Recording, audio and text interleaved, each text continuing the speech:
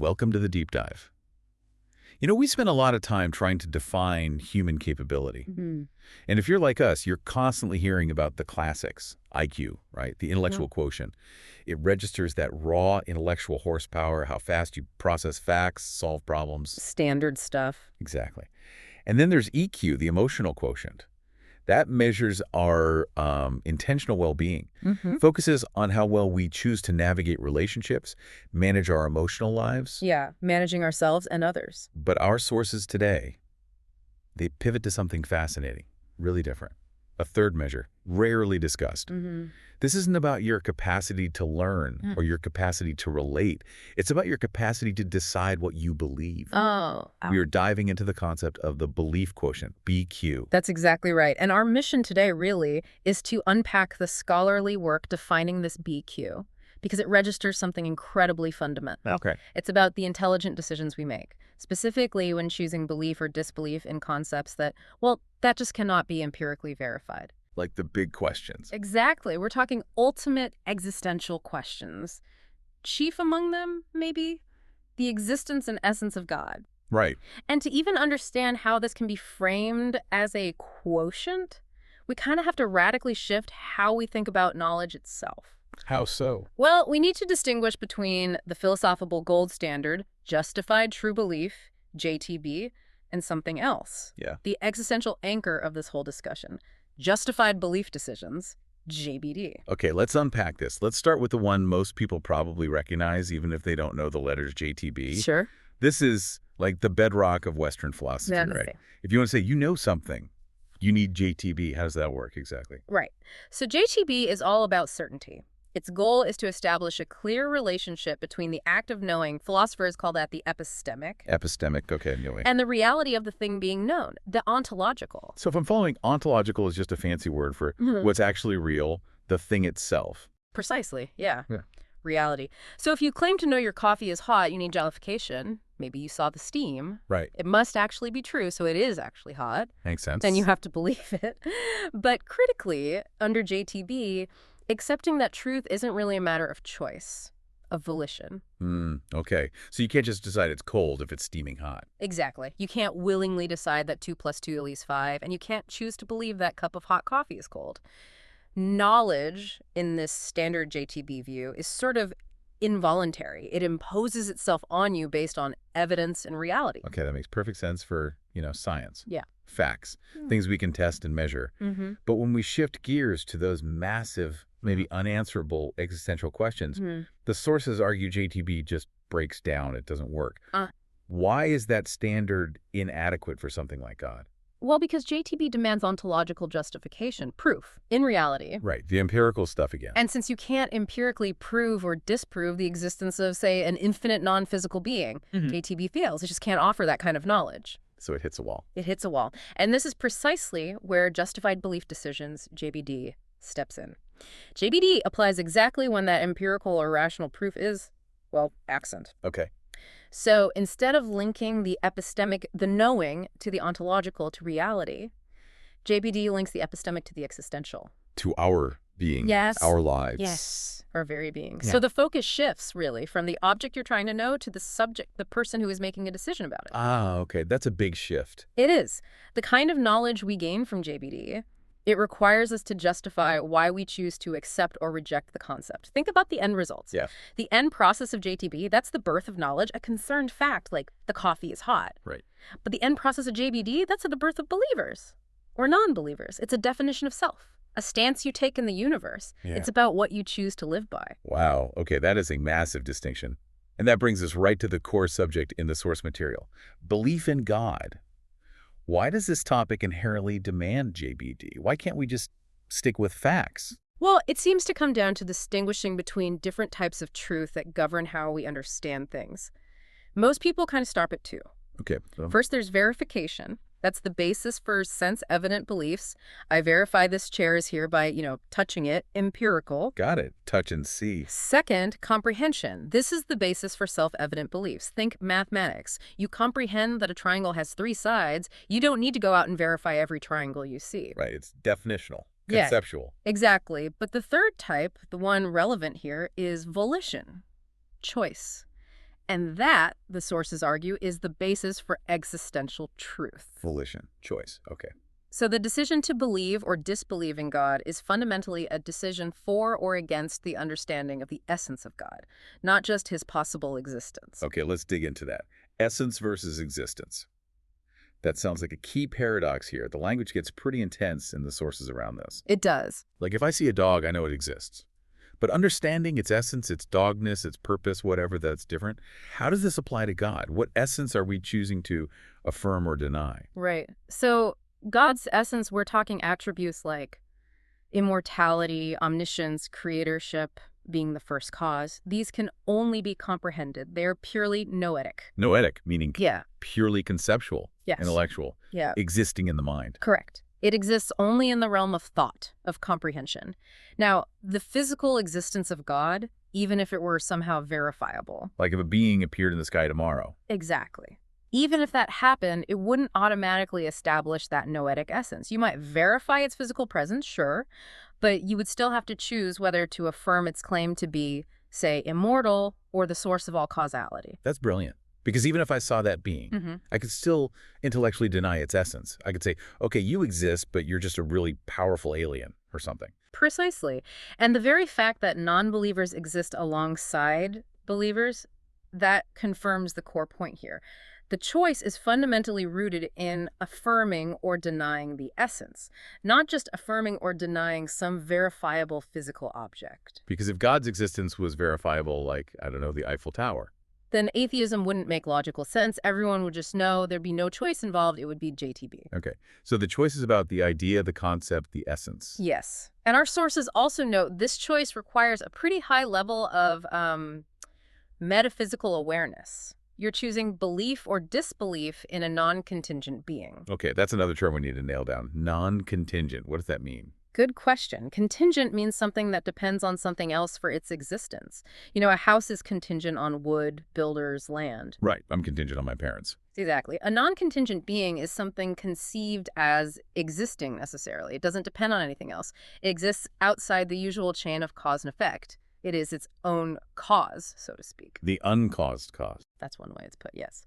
And the awareness of concepts like causality and necessity, just the very idea that something must have ultimately caused existence or that some things might exist necessarily, that's what allows sentient beings like us to even consider this choice. So an animal might be aware, but it can't grapple with non-contingency. Probably not. It lacks the, let's say, necessary intellectual machinery to process those sophisticated noetic concepts, which means it can't really participate in JBD regarding God. Okay, here's where it gets really interesting, because once you realize you have that capacity, you can process the essence of a non-contingent being. Yeah. The decision becomes almost a forced philosophical imperative you feel compelled to choose. The existentialists definitely hammered this point home. Kierkegaard, for instance, argued that these ultimate existential matters are fundamentally an either-or. No middle ground. Right. He famously said, you can't truly know what Christianity is without being a Christian.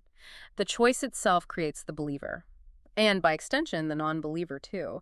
The choice defines you. So even trying to sit on the fence, saying, oh, I don't know, I'm agnostic, that's still a choice about the essence, a stance. It is, in a way, because you're intellectually processing the concept and then choosing to reject the validity or necessity of affirming or denying it right now. William James called belief in God a forced option. Forced option, meaning you can't really avoid it. You can't avoid engaging with the reality of God as a concept once you've comprehended it. Even someone like Plantinga, who suggested humans might have an innate sensus divinitatis, a sort of natural feel for the divine. A built-in sense. Kind of. Even he agreed. That inclination alone doesn't make you a believer. We still have to choose whether to align ourselves as theists or atheists or something else.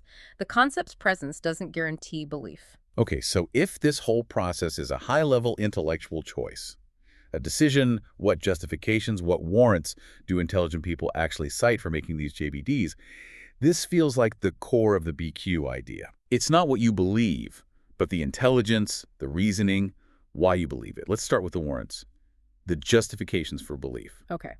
The sources outline a pretty robust set of rational justifications used in JBD for belief. The first one is based on the idea of immortality and abstract concepts. How does that work? Well, the analogy cited is that concepts like, say, triangles or circles, they're often considered beginningless realities. They didn't just pop into existence when humans first defined them, right? The relationships they represent are seen as timeless. Hmm. Okay. Like mathematical truths. Exactly. And if they are truly beginningless, they're essentially immortal. And some argue they require a non-contingent mind like God in which to eternally exist. That's a compelling, purely noetic argument for belief. So belief isn't just presented as blind faith. It's supported by reasoning about abstract necessary concepts. Correct. That's one major warrant. The second is the necessity for non-contingent existence itself. This is the classic philosophical argument, supported by thinkers from Plato to Anselm, Descartes. The first cause argument, basically. Essentially, yes. If everything we see is contingent, dependent on something else, then the entire chain of existence seems fundamentally fragile, or it needs a starting point that isn't itself dependent. There must be, the argument goes, one necessary non-contingent anchor, a first cause. Choosing to affirm that logical necessity is a high-level intellectual choice. Okay. And what about a third warrant for belief? There's a philosophical assertion that for certain things, essence precedes existence. Okay, explain that one. For human artifacts, like a knife, Yeah. the idea of the knife, its essence, its purpose for cutting, comes before the physical knife is actually made. Right, the design comes first. Right. So believers might argue that if God is the ultimate reality, the perfect being, then God's essence, perfection, power, necessity must logically precede or maybe even guarantee his existence. The idea necessitates the reality. Okay, those are some heavy philosophical justifications for belief. Now let's flip it. What about the warrants for disbelief? I assume these are presented as equally high-level, intelligent decisions. They absolutely are. Choosing atheism or disbelief isn't framed as ignorance, but as engaging in a different, equally robust JBD process. A major warrant is simply the rejection of the possibility of a non-contingent being altogether. Just denying the premise. Yes. The source material mentions Sartre, for example, who argued powerfully against the necessity of a first cause, undermining that whole line of reasoning. Okay, what other philosophical arguments do non-believers use as warrants for their JBD? Well, a strong one often revolves around free will. Ah, the free will versus omniscience problem. Exactly. Some philosophers argue that the concepts of an all-knowing, all-powerful God and genuine human freedom, they just can't logically coexist. If God knows everything and controls everything, is our choice truly free? So our experience of making choices seems real. Right. So choosing to affirm the reality of human freedom, of genuine volitional choice, which is the basis for JBD itself, ironically might then warrant the denial of an omnipotent, non-contingent being that would seem to negate it. That's a powerful tension. And of course, we can't discuss warrants for disbelief without hitting the big one, the problem of evil. Definitely. That's perhaps the most common warrant cited, often framed by the old Epicurus question, right? Is God willing to prevent evil but not able? Then he's impotent. Is he able but not willing? Then he's malevolent. That's the contradiction. The apparent contradiction of a perfect, all-powerful, all-good, non-contingent being existing alongside the undeniable reality of suffering and moral evil that provides a very powerful intellectual justification for disbelief for many people. Okay, wait, I have to challenge this slightly or at least clarify. Are the sources suggesting that someone who chooses atheism based on a really deep intellectual wrestling with, say, the problem of evil, potentially has a higher BQ than someone who just blindly accepts belief without ever considering these complex philosophical objections? That certainly seems to be the implication of the scholarly material we looked at. Yes, the BQ is framed as measuring the quality of the discerned decision. Discerned decision. Okay, so if a person chooses belief or disbelief after genuinely processing, wrestling with these profound warrants like the philosophical necessity of existence versus the impossibility of freedom under omnipotence, or the problem of evil, they demonstrate a kind of spiritual intelligence, regardless of the final choice. So BQ isn't about being right in the sense of matching external reality. No, not in the ontological JTB sense. It's about the depth, the quality, the intelligence of your existential engagement, and the justification for your chosen stance. Okay. This brings us perfectly full circle, back to the belief quotient itself, Right. BQ. Let's try and synthesize this intelligence measure clearly. We know IQ measures intellectual capacity. EQ defines intentional well-being, relationship management. Right. And BQ then registers one's discerned decisions, the intelligent reasoning related to why we choose to live believing or disbelieving in God or ultimate reality. So if a quotient establishes a relationship between two things, BQ defines the relationship between your chosen beliefs and the intelligent reason justifications, your JBD, that underpin those beliefs. so it's really about applying our highest intellectual faculties, our capacity for abstract noetic thought, for comprehension, to questions that go beyond just the factual. And it measures the quality of that resulting decision, that commitment. You could definitely frame it as a measure of spiritual intelligence, yes. Spiritual intelligence. It's about the intelligence demonstrated in decisions made concerning what is purely noetic, what can only be comprehended, not empirically verified. In the context of the existential, the sources argue once the essence of God, the idea of a necessary, non-contingent being, is truly comprehended, we really cannot but choose for or against it. You're forced into a stance. We're forced into a stance. And that choice, along with the justification behind it, that establishes your BQ. So what does this all mean for us, for you listening? This deep dive seems to show that for the biggest questions in life, the ones beyond simple confirmation or falsification, our knowledge, maybe even our intelligence, isn't measured just by whether we are factually correct, that old JTB standard. Yeah. Instead, it's measured by the intelligent volitional choice we make, the JBD. It shifts the whole focus of intelligence away from just processing external data towards internal, reasoned, purposeful commitment. Absolutely. And the source material really emphasizes that both atheism and theism, when arrived at through this kind of discerned JBD process, are seen as justified belief decisions that crucially serve to give meaning to life. Meaning. Yes, because, existentially speaking, a life perceived as meaningless isn't really considered worth living. So the question perhaps left for you, the listener, is this. If your belief quotient reflects the intelligence behind the decision you make about ultimate reality, how does that decision, whatever it is, define and anchor the meaning of your own life?